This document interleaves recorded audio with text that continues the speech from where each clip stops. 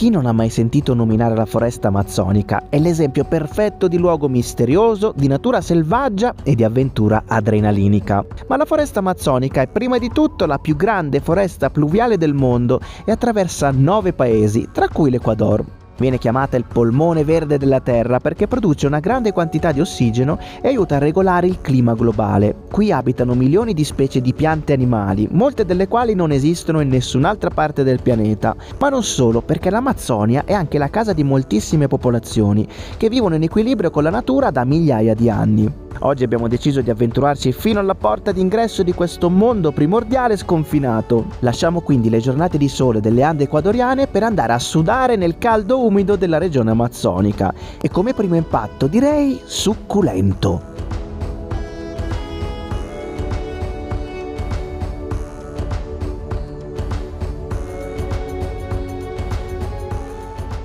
Tutto pronto ragazzi, gli zaini, la chitarrina, ci diamo un'occhiata in giro, sotto il letto, dentro il bagno, tutto a posto, abbiamo preso tutto, lasciamo questa vista qui che ci ha fatto impazzire in questi giorni, ma è arrivato il momento di salutare Bagnos direttamente dal bagno.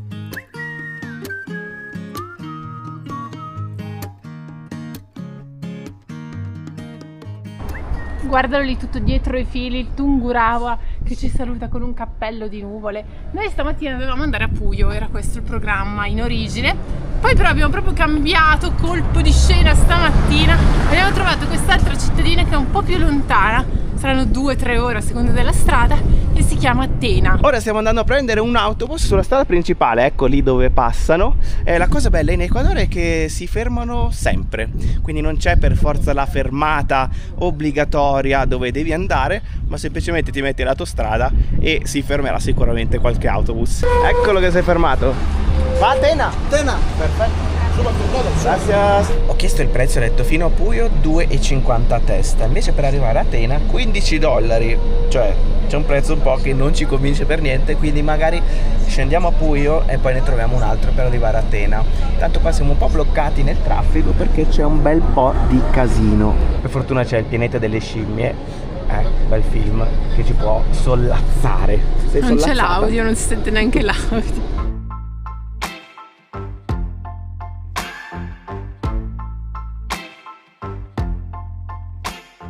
Ai, siamo scesi dalla montagna e adesso sta piovendo. Oh.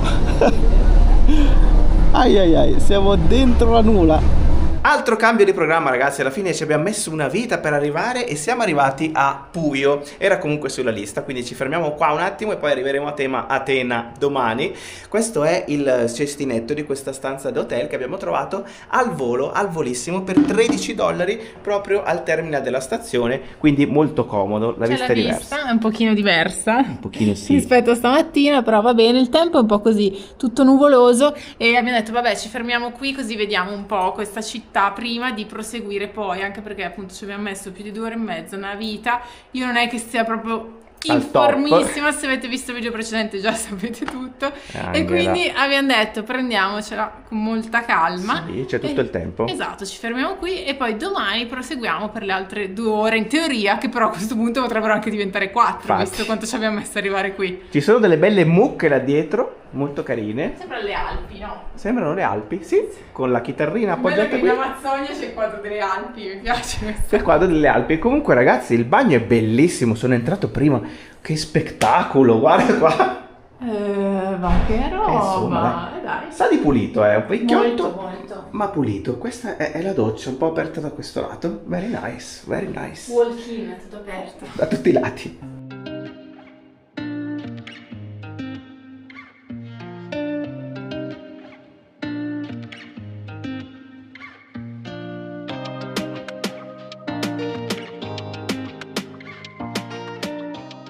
Abbiamo attraversato il centro di Puyo, che non è memorabile, ma la caratteristica di questa città è che è proprio la porta di accesso alla foresta amazzonica. E infatti c'è questo parco lì dietro tutto giungloso con tutti gli animali che abitano questa zona. Le statue sono enormi, guardate questo pappagallo quanto è grande, con i colori della bandiera dell'Ecuador. Ecco un Paolo accanto per farvi capire le proporzioni. Noi in questo momento, ragazzi, siamo sul Malecón del Rio Puyo. Malecón vuol dire lungo fiume, e questo qui lungo fiume. Questo è il Rio Puyo. A questo punto, ragazzi, è nato prima l'uovo o la gallina? Prima il fiume o la città? Cioè il fiume si chiama come la città o la città si chiama come il fiume? Mistero. Mistero. Non lo sapremo mai, ragazzi. Fatto sta che per noi questa è proprio una prima volta. È la prima volta che ci troviamo alle porte del polmone del mondo, che è qui di fronte a noi, bello verde. Non vorrei dire, ma è la seconda rappresentazione di un serpente che vediamo in pochissimo, perché c'è questa statua gigante, ma prima anche sulla scritta Puyo c'era un serpente. Vorrà dire qualcosa forse? Credo proprio di sì, Angela, ma credo anche che sarà difficile vederne un per po'. Fortuna, aggiungerei. Sì. Ti ricordi quando siamo stati così proprio per l'Australia? Oddio, chissà, e poi non abbiamo neanche visti? Speriamo che sia la stessa cosa. Esatto. Devo dire che il clima è cambiato e adesso lasciamo la linea alla nostra inviata direttamente da Puyo, che ci racconterà come sono cambiate le condizioni meteorologiche della zona. Giuliaccio. De Noartri proprio.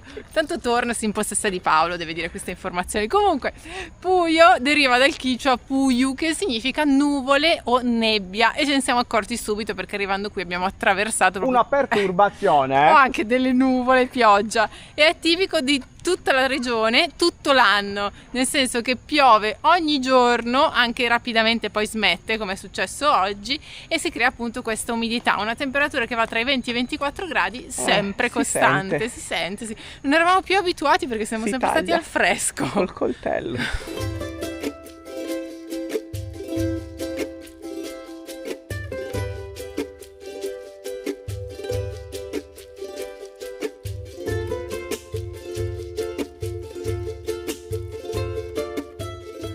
C'è questa spiaggetta, ragazzi, con tante persone che si sono buttate dentro. Angela dice no, ma io dico sì a Valsoia e anche all'acqua del fiume Puyo. Mettiamo i piedi. Oh, dai, ci sta, piacevole, devo dire molto piacevole. Primo piede amazzonico. Abbiamo visto un po' di gente qua che faceva il bagno, addirittura là ci sono un po' di rapide e i signori stanno camminando controcorrente. Qua si fa il bagno tranquillamente, quindi anche noi, pam, piedi in acqua. Angela in realtà dice no, ma io dico sì al Rio Puyo. Comunque l'acqua non è per niente fredda, anzi è bella rinfrescante, ci vuole proprio, ragazzi, una bellezza. Chiaramente qua senza il costume questo è il massimo che si può fare.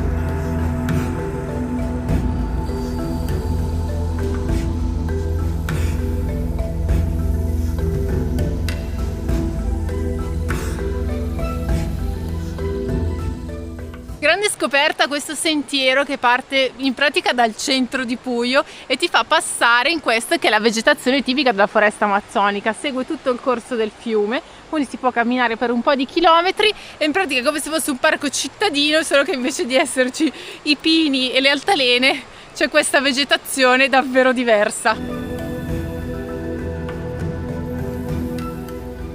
Fra una foresta di bambù e l'altra poi ci sono questi formicai che sono veramente enormi. Ci sono, guarda qua, c'è tutto l'ingresso che è grandissimo e poi all'interno tutte le formiche creano dei tunnel infiniti.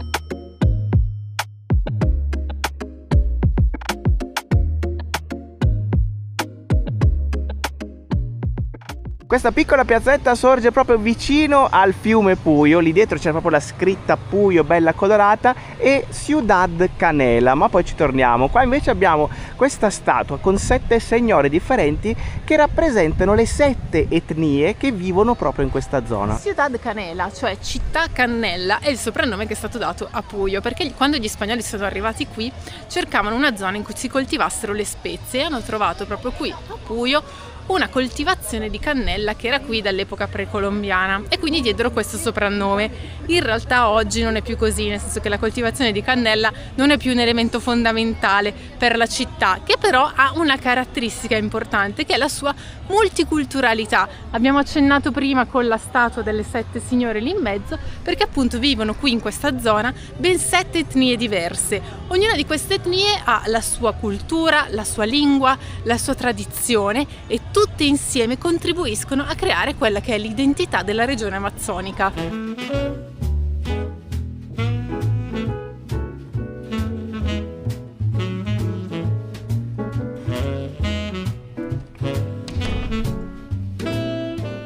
Usciti dall'hotel stamattina e andiamo al terminal che è esattamente qua. Compriamo i biglietti dell'autobus. Ovviamente c'è anche tempo per un caffettino fai da te. È arrivato tutto dalla signora con le ali ecuadoriane dietro. Sta bene? Sta benissimo, ti fa volare questo caffè. Che battutaccia, madonna, che battutaccia orribile. Autobus preso, ci aspettano 2 ore di viaggio adesso. C'è già il signore che vende la frutta qua davanti. Autobus mezzo vuoto, vediamo quando si parte. A me scappa già la pipì. No, errore, questo è perché ho bevuto 1 litro di caffè. Vabbè, vediamo. C'è il bagno? No. Niente.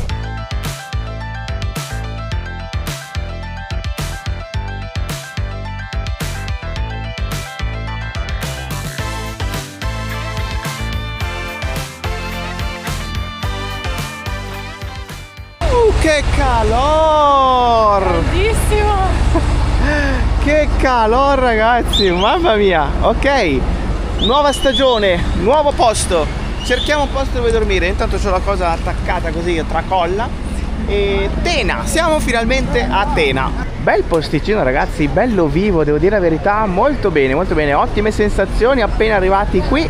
Allora, io ho già chiesto qui sopra, mi hanno detto $20, non è male, però vediamo se riusciamo a trovare qualcos'altro. Andrea invece è entrata qua dentro. $10 a persona, sempre la tariffa fissa in questa zona. Abbiamo provato, adesso io ho provato in un hotel, Paolo in un altro, abbiamo provato in un altro insieme, ma la tariffa è sempre la stessa, quindi cerchiamo ancora un po'. Muchas gracias. Gracias. Il signore carinissimo ci ha detto di arrivare qua al semaforo, che ci sono dei posti economici. Il signore purtroppo aveva anche la stanza, ma la stava pitturando purtroppo, quindi ci ha dato un po' di consigli su dove andare a cercare. Qua ce n'è uno. Il primo posto che abbiamo chiesto è andata male perché costa $25, quindi più di tutti gli altri, quindi per ora il consiglio del signore non ha funzionato. Io sono qui a aspettare con gli zaini. Paolo invece si è ributtato al caldo a cercare un'alternativa. Abbiamo il vincitore. Sì, trovata. Ce l'ha fatta. Quella giusta ragazzi, un pochino fuori dalla strada principale, quindi bella tranquilla, in una bella situazione simpatica. Il signore è molto carino, il signor Juan. Allora, qui abbiamo addirittura un bel tavolo, la maca, e queste sono le stanze. La nostra stanzetta, bella tranquilla, per $14, stiamo qua qualche notte. Sì. Questa è la stanzetta. Allora, diciamo che tutte quelle che abbiamo chiesto erano minimo $20 e massimo 25. Questo era il range di quegli hotel giganti che hanno tante stanze. Erano quasi tutti vuoti, quindi non scendevano neanche di $1 di prezzo. Invece qui il signore è stato carino, gentile, trovato. Perfetto, ce ne stiamo qui. Questa è la stanza, bella fresca tra l'altro, perché è un po' grotta, è un po' grotta. Che questo aiuta adesso, perché fuori c'è il forno tipo, invece qua dentro si sta abbastanza bene. Ventilatorino che si attacca tranquillamente e ci rinfresca un po'. E poi funziona di brutto. Sì, funziona di brutto. Poi da questo lato ci sono i bagni che si trovano proprio qua, bisogna fare qualche scaletta e questi sono i bagni. Quindi abbiamo il bagno di qua, la doccia di là, l'altro bagno e tutto quanto. Adesso la doccia è occupata. Abbiamo lasciato l'ostello che è da quel lato, adesso stiamo passando sul fiume che qua tra l'altro si biforca e stiamo andando verso il centro su questo ponte che in realtà stanno sistemando, è in manutenzione. Quindi da questo lato questa è la vista e dall'altro salgo, la vista è questa. Anche con 45 gradi ragazzi l'almuerzo non si smentisce, quindi abbiamo questa bella zuppetta caliente, bollente, infernal con todo. Guarda quanto è grande la pasta. Questa è pasta vera? Mi sa che è cotta da tipo un po' di ore. Si è proprio smosciata tutta. Sì, guarda, si sta sciogliendo. Perché la pasta comunque sia in Colombia che in Ecuador viene proprio fatta bollire per anni. Si allarga, cioè da una pasta normale, dalle penne diventa bella morbidosa e quindi viene messa proprio nelle zuppe, non viene fatta come la facciamo noi. Detto questo, comunque niente, adesso aspettiamo poi il piattone principale. Prezzo $3 ed ecco qua il piattazzo che arriva. Angela un pochino più miserino, perché comunque un po' più triste, quindi solo riso e pollo. Fine. Ecco, questa diciamo che è la medicina che continua. Da qualche giorno ormai, così si va avanti. Dai, però sta migliorando a quanto pare, giusto? Ci puoi aggiornare, Angela? Esatto. Tutto bene? Tutto sta andando meglio, piano piano.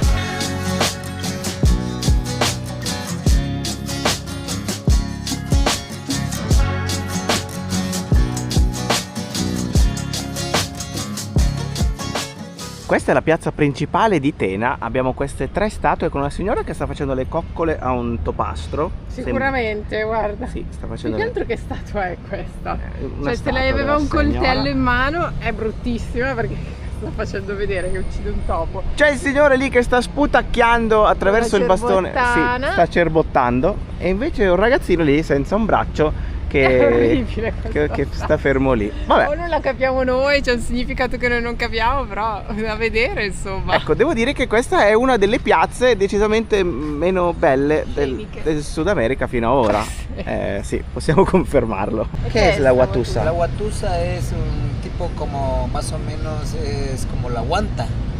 Guanta? La guanta. Il signore ci ha spiegato che quel topolone in realtà è una versione un po' più grande del porcellino d'India, del cuy, che si mangiava qui in passato ma non si fa più adesso perché è a rischio estinzione. Bel porcellone d'India. Comunque ecco, non assaggerei neanche la versione grande. Allora, questa è la piazza principale, quindi da questo lato è molto molto tranquillo, devo dire, questo luogo.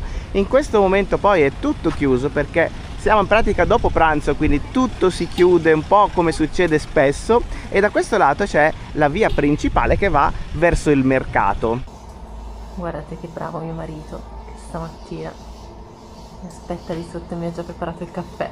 Ma non era da solo Paolo, c'era qualcuno con lui, guarda chi c'è qua.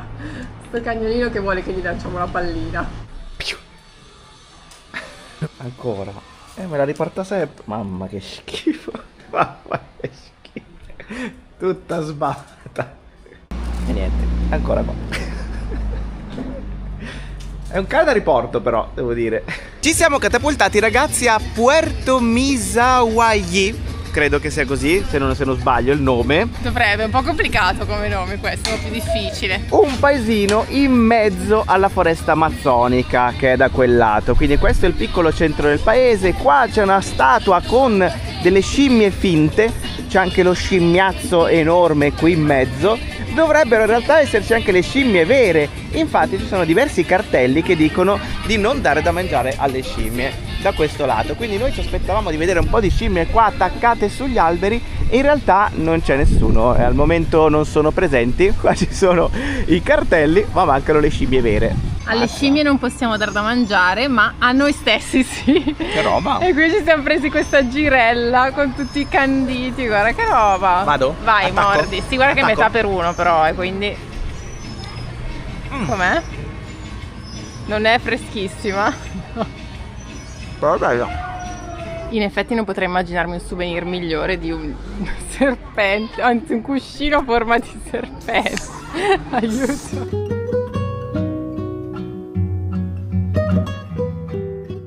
Dietro la scritta immancabile in ogni cittadina in Ecuador parte questa giungla che ti porta proprio là in fondo al fiume. Ora è costruito tutto con il bambù, la staccionata qui a lato. Che alberi, mamma mia, alcuni sono addirittura sdraiati lì, mezzi piegati, altissimi. Qua la temperatura si abbassa un sacco. Cos'è quella cosa lì? Mamma mia, un termitaio, cos'è?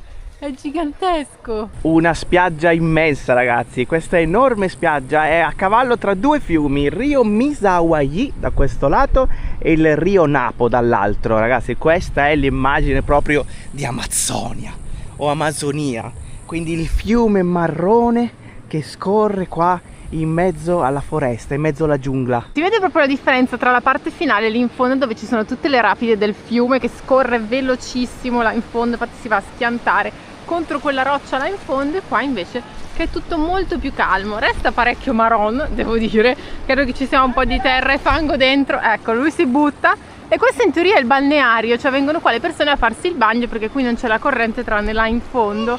Eccolo com'è. fresca, fresca, fresca. È fredda tanto? Ma in pratica come funziona? Allora, quest'acqua qua bella fresca verrà giù dalle Ande. Alla fine adesso noi siamo a 500 metri sul livello del mare. Fino a pochi giorni fa eravamo a 1000, fino ad altri giorni fa eravamo a 2000. Siamo stati anche a 4000. Insomma, le acque più fredde del mondo arrivano da 4.000, da 5.000 metri. Sì. Siamo stati anche a 5.000? No. Sì? 4,8. Cotopaxi. 4,8. Cotopaxi? Sì, sempre. O l'altro, Cimborazzo? No, Cotopaxi. Cimborazzo non Cotopaxi. siamo mai saliti. Quindi quelle acque arrivano da 5.000 metri congelate e poi ce le vediamo qua in questi enormi fiumi che bagnano tutta l'Amazzonia, l'Amazzonia. Ma che figata è sta cosa qua? Ma poi guarda il colore. È marroncino. È tipo, non è tipo quei cosi di Gardaland? No, pensavo più a quei documentari in cui in genere appare un coccodrillo. Non adesso, c'è il no? canyon, il colore che scende lì, no? Il Non mi ricordo, il Colorado Boat. Colorado Boat. È Che così. c'entra? Ma non è Carrone, ma non è vero. A me sembra più un documentario. Stai attento che ci sono i coccodrilli, sicuramente. Non è vero, sto scherzando. Però i serpenti sì, ci sono i souvenir, ci saranno. Sì.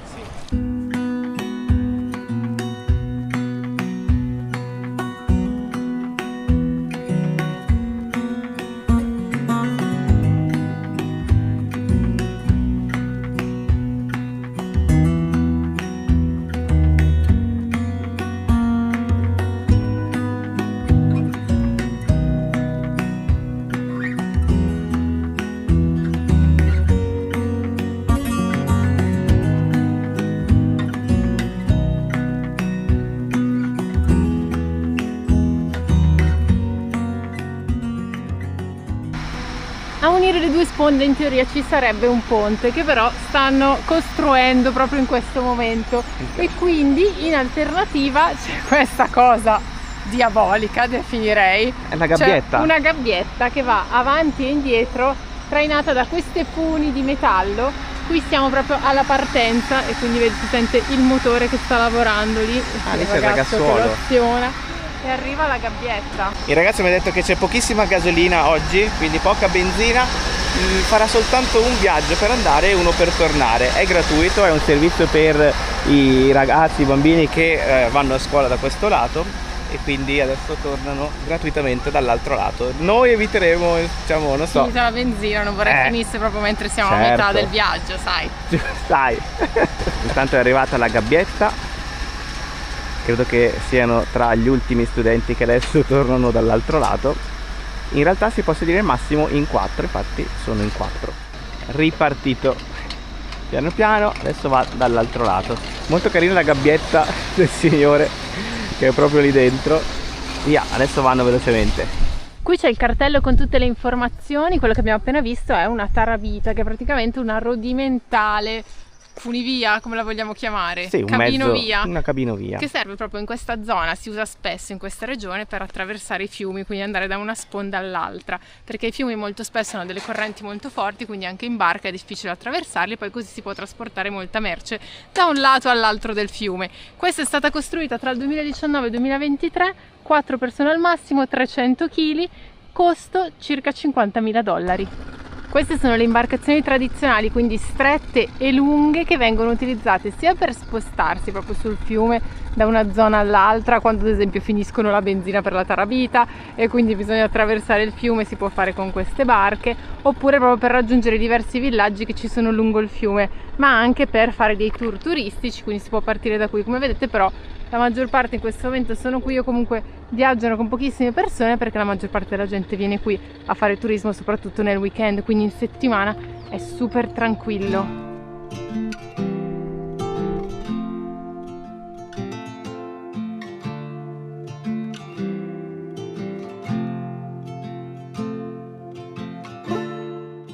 E dopo averle viste nella statua, eccole qui in carne e pelo, le scimmie. Ma che strane che sono. Cosa sta facendo? Questa sta giocando con la sabbia, quell'altra là seduta, accanto a quella col piccolino. Stanno qua all'ombra, chiama le stupide, con questo caldo loro se la godono qua, se la spassano. Mi sembrano molto tranquille, sono un po' diverse rispetto alle scimmie asiatiche. Prima di tutto queste qui sono più piccoline e sono anche questa testolina tutta pelosetta.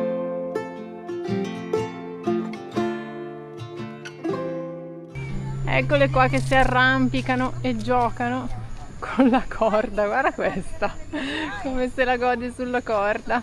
Sullo sfondo intanto c'è la signora che è vestita con gli abiti tradizionali proprio dell'Amazzonia, che è qui per farsi fare le foto, però ce l'ho già chiesto un paio di volte di farsi fare una foto.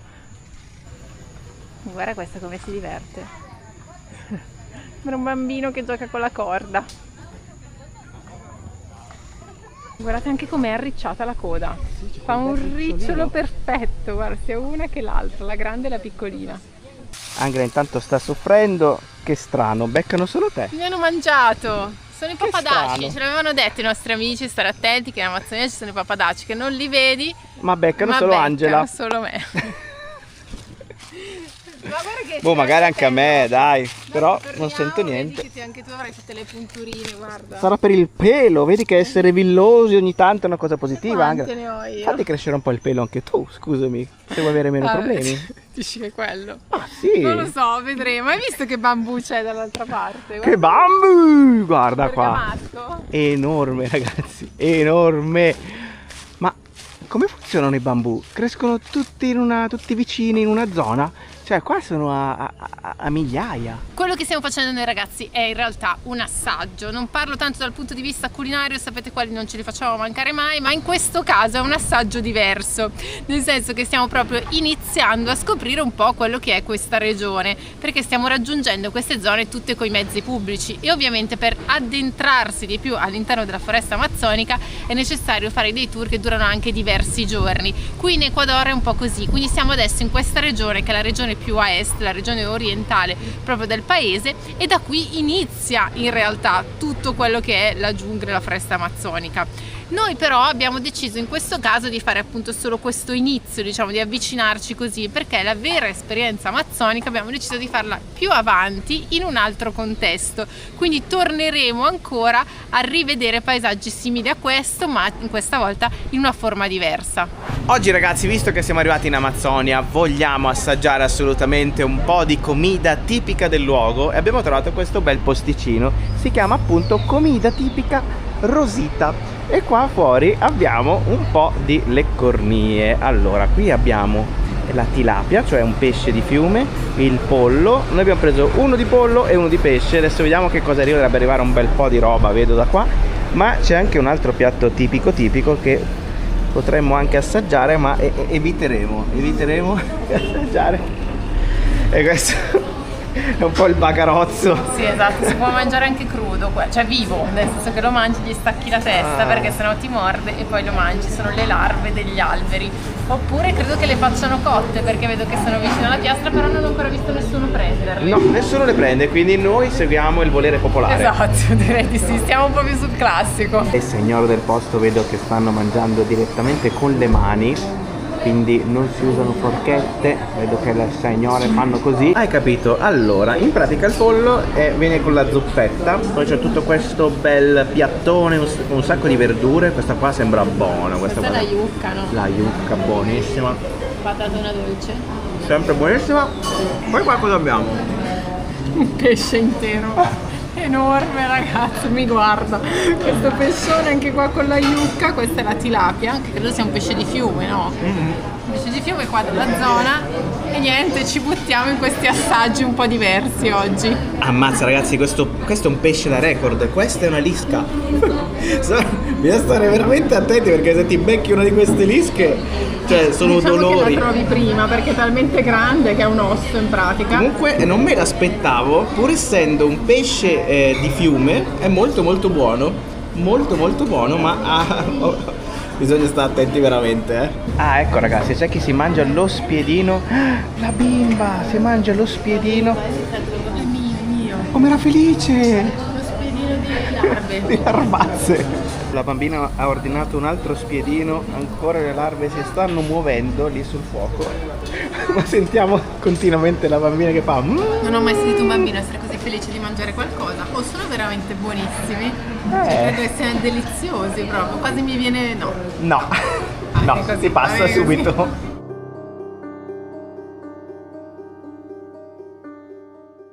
Allora, questa larva, adesso leggo testualmente le parole, si chiama Chontakuro. Se vi ricordate da Chontaduro che abbiamo assaggiato in Colombia, quello era il frutto della palma, invece questa è la larva che si nutre delle palme commestibili. Quindi il nome è molto molto simile, Chontacuro, questa larva, che appunto sono larve bianche e grasse del coleottero punteruolo della palma che vivono e si nutrono nel midollo delle palme commestibili, come la cionta, quindi la palma commestibile è la cionta. Sono una prelibatezza locale nutriente, ricca di proteine e grassi, mangiate vive dopo aver tolto la testa, fritte o cotte, con un sapore burroso, nocciolato e consistenza pastosa. Ecco perché la bambina ne andava picchiotta. È tipo mangiare delle larve ripiene di Nutella, capito? Madonna, magari erano veramente buone. A vederle non lo so, però lei, guarda, cioè, vedere bambini che apprezzano così tanto il cibo, difficile. Ne ha chiesti 3 di spiedini e se li è mangiati con un godimento, la vedevi, era felicissima. Siamo tornati nel nostro posticino, purtroppo ragazzi non c'è la corrente, non si sa quando tornerà e se tornerà, infatti qua niente, non funziona nulla, siamo al buio, però noi siamo comunque fatti 2 belle docce, ci siamo rinfrescati, è stata una bella giornata, bella succulenta, un po' come i vermacci che si mangiava la bambina, tutti un... Che bel paragone questo! Va bene ragazzi, noi da qui vi salutiamo, mezzi al buio, mezzi con la luce. Mi raccomando, se non l'avete ancora fatto, iscrivetevi subitissimo al canale. Grazie mille a tutti quelli che lo faranno, come sapete per noi è super importante, ci aiuta a far crescere sempre di più questo canale. E lasciateci un commento, un bacino, una leccata magari no. Salutiamo anche i ragazzi che ci seguono su Patreon e noi ci vediamo al prossimo video. Alla prossima ragazzi! Ciao! Tengo un amorcito que siempre me habla bonito, pero ya no puedo verla este mes. Es que está muy lejos, se fue para el otro lado y no tengo para irme de una vez. No sé el domicilio ni el nombre del estado y se me hace muy difícil